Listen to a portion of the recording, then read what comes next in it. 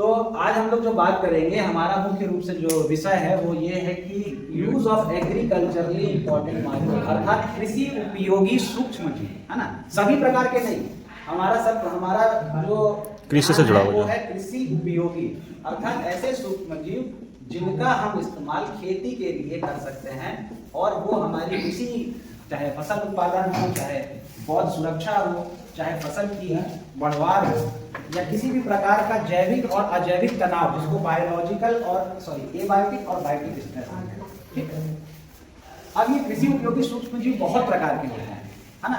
अब बहुत प्रकार का मतलब यदि आप इसको देखेंगे तो कुछ होते हैं कवक, मतलब फंगस होते हैं, कुछ होता है बैक्टीरिया, जैसे हम दही वगैरह खाते हैं, बैक्टीरिया होता है, और कुछ होते हैं ऐसे सूक्ष्म जीव जिनको हम विषाणु के नाम से भी जानते हैं, मतलब विषाणु बोले तो वायरस। अलग अलग रोल है, पौध संरक्षण में किसी का रोल है, किसी का रोल न्यूट्रिशन देने में है। तो अभी कुछ हम सूक्ष्म जीवों की चर्चा करेंगे, क्योंकि हमारा जो टॉपिक है इनका जो काम है वो अभी हम लोग जिस सूक्ष्म जीवों की चर्चा करेंगे उनका मुख्य रूप से हम देखेंगे दायित्व मृदा स्वास्थ्य में क्या है। मृदा स्वास्थ्य मतलब मिट्टी का स्वास्थ्य। मिट्टी बहुत मूलभूत आधार है किसी भी हमारी फसल के लिए।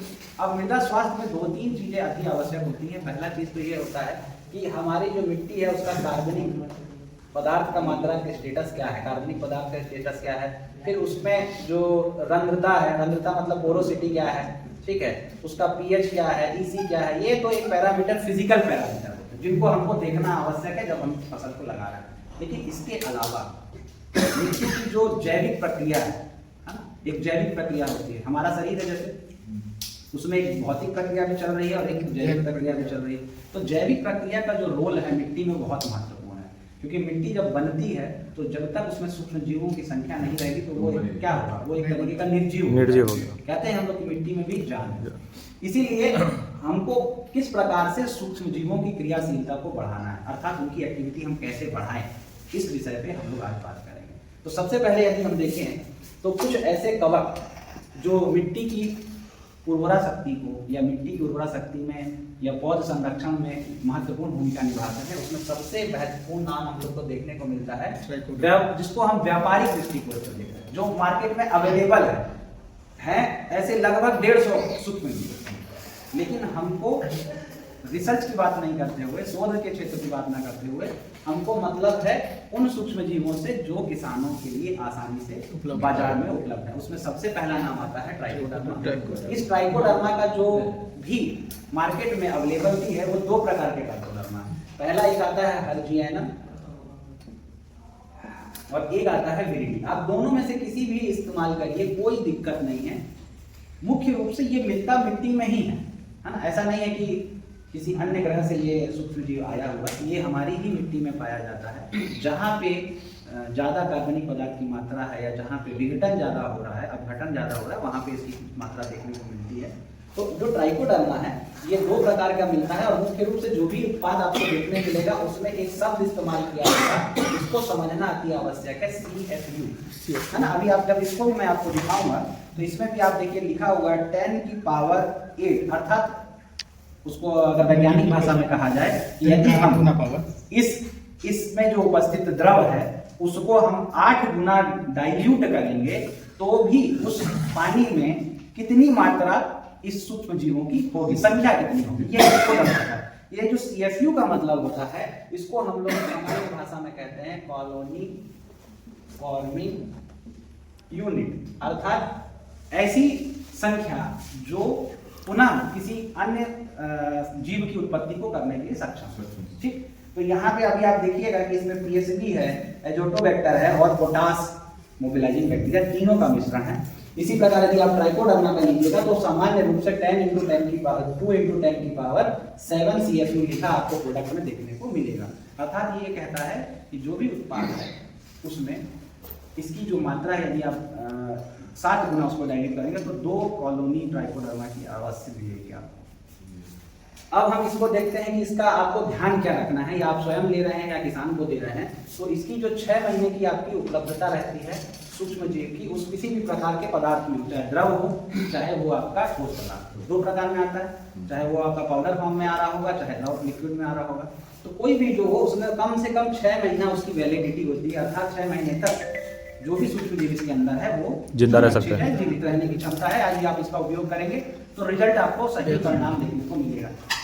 यहाँ एक छोटा सा जो लूप होल है ये है कि यदि आप इसको धूप में रखेंगे या जहाँ पे तापमान 35 डिग्री या 40 डिग्री का है वहाँ पे आप इसको रखेंगे, तो ये जो बात हम 6 महीने की कह रहे हैं वो व्यर्थ हो जाएगी। आपको कहाँ रखना है इसको? ठंडी छाव वाली ठंडी जगह पे, मुख्य रूप से ऐसा स्थान जहाँ पे ज्यादा धूप नहीं आ रही हो, ज्यादा गर्मी का वातावरण, तभी इसकी सार्थकता होगी। तो आप लोगों की यहाँ पे आवश्यकता यह है कि जब भी आप इस तरीके के उत्पाद बिक्री के लिए ला रहे हैं तो उनको थोड़ा सा सही तरीके से आपको संरक्षित करना है, ताकि किसानों का विश्वास इसमें बना रहे। प्रॉब्लम क्या होती है कि अगर आप ये उत्पाद को किसान को देंगे और वो डालेगा और उसकी यदि आपने सही से इसका जो है भंडारण नहीं किया तो प्रॉब्लम आएगी। और वो जब उत्पाद को लेगा, इसकी कीमत आपको हम बताएंगे तो कीमत लगभग इसकी कीमत मार्केट में कीमत कोई भी उत्पाद हो 200 से 250 रुपए से शुरुआत होती है।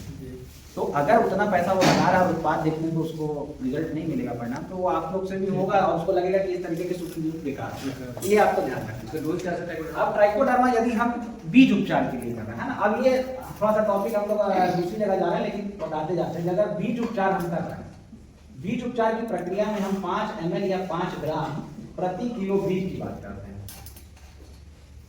प्रति किलो बीज की बात करते हैं। कोई भी सूक्ष्म जीव हो सामान्य रूप से, सामान्यतः अगर लिक्विड होगा तो इसकी मात्रा थोड़ी सी बढ़ाना पड़ेगा, 10 ml करना पड़ेगा लिक्विड में, ठीक है।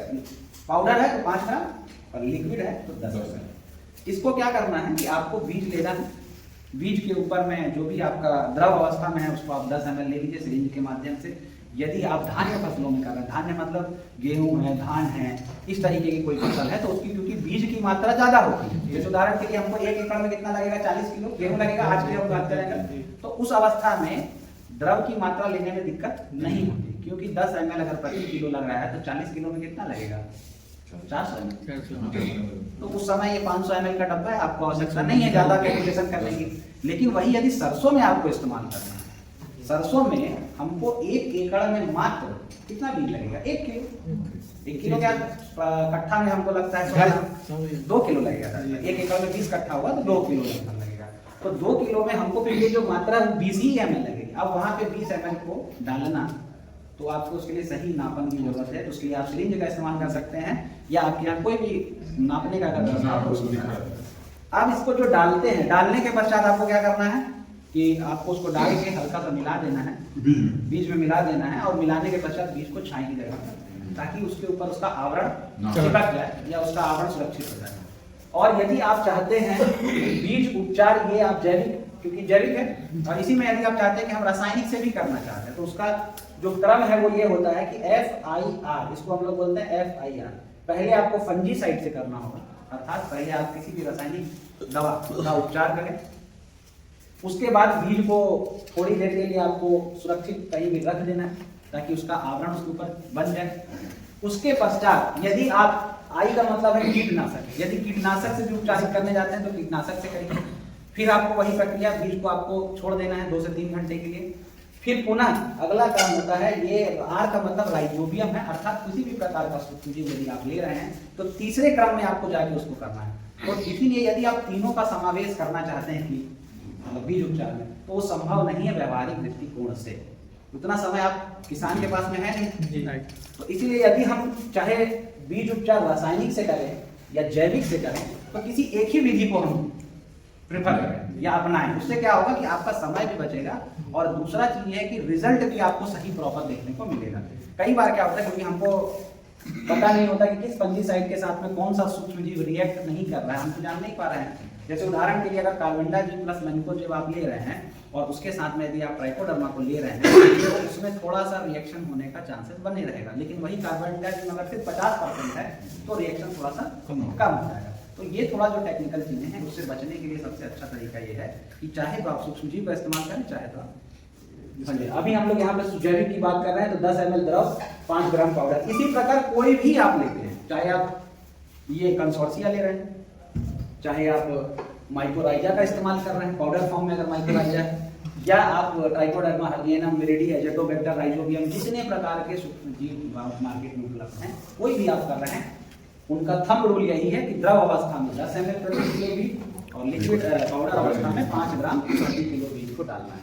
इसके पश्चात अब हम लोग आ जाते हैं, यदि आप खेत में तैयारी में इसका इस्तेमाल करना चाहते हैं, बहुत आवश्यक है क्योंकि हम लोग मृदा स्वास्थ्य की बात कर रहे हैं। जी सर। मृदा स्वास्थ्य में यदि आप सूक्ष्म जीवों का इस्तेमाल करना चाह रहे हैं तो सबसे अच्छा तरीका ये है कि यदि आपके यहाँ गोबर की उपलब्धता है, गोबर, और वो जो गोबर है, गोबर की खाद जिसको हम कहते हैं, कम से कम आपका पुराना होना चाहिए, 2 महीने का हो तो बहुत उत्तम है, वरना 1 महीने तक का भी हम ले सकते हैं।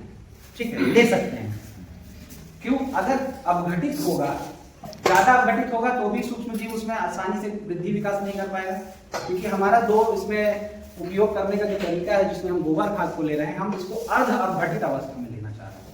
पूर्ण अवघटित हो जाएगा तो वो खाएगा नहीं, उसको कुछ खाना नहीं मिलेगा, तो वो उसमें वृद्धि विकास नहीं करेगा। और जो हमारा उद्देश्य है कि हम 50 किलो में इसको मिलाएं और कुछ समय के लिए छोड़ दें ताकि उसमें वो बढ़ जाए, दही की बात होगी, दही में हम दूध में जामुन डालते हैं, बढ़ जाता है, तो वो काम नहीं होगा।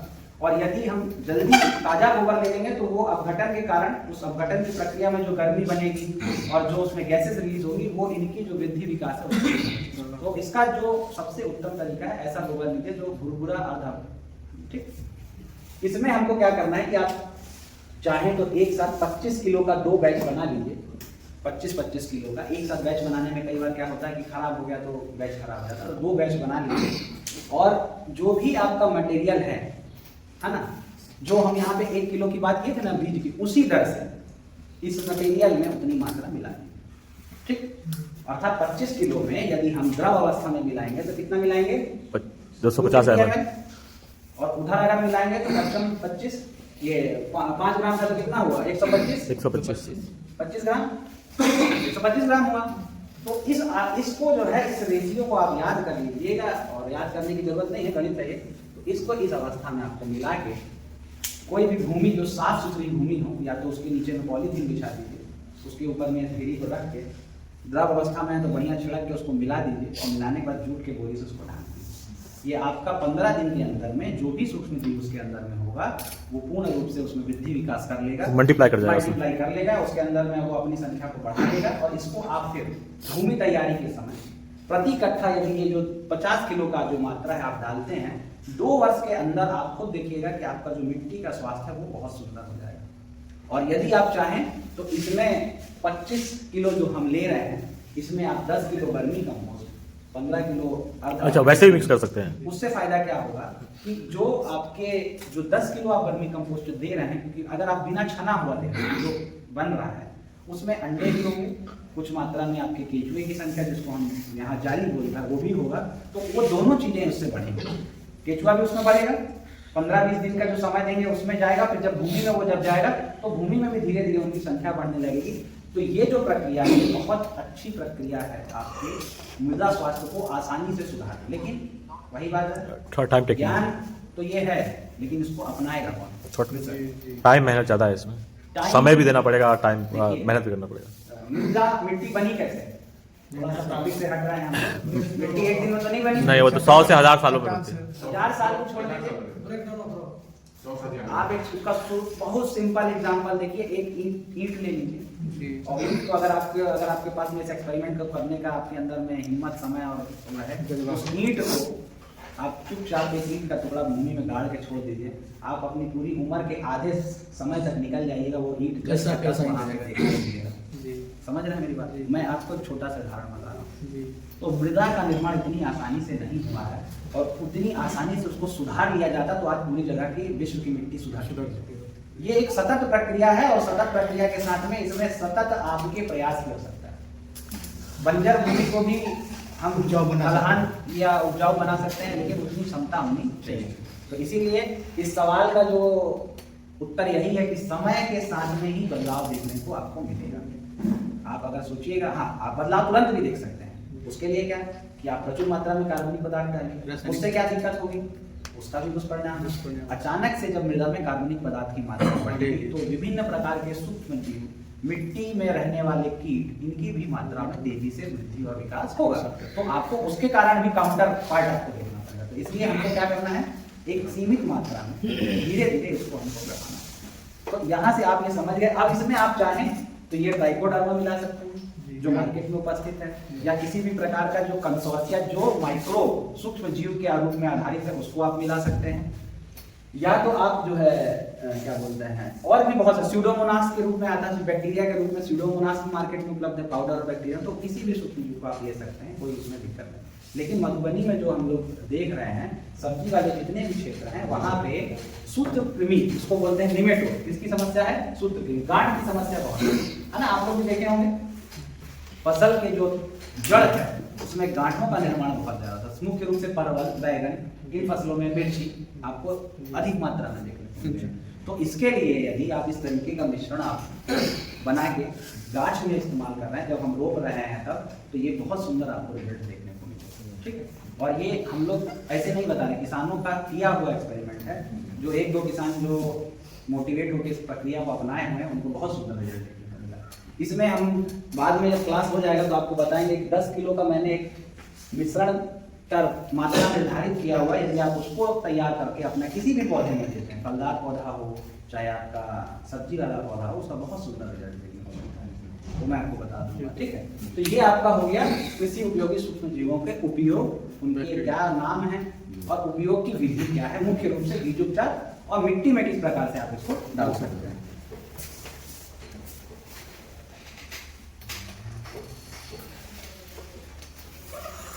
अब अपन जो है थोड़ा सा दूसरे टॉपिक को चर्चा करेंगे। दूसरा टॉपिक का मतलब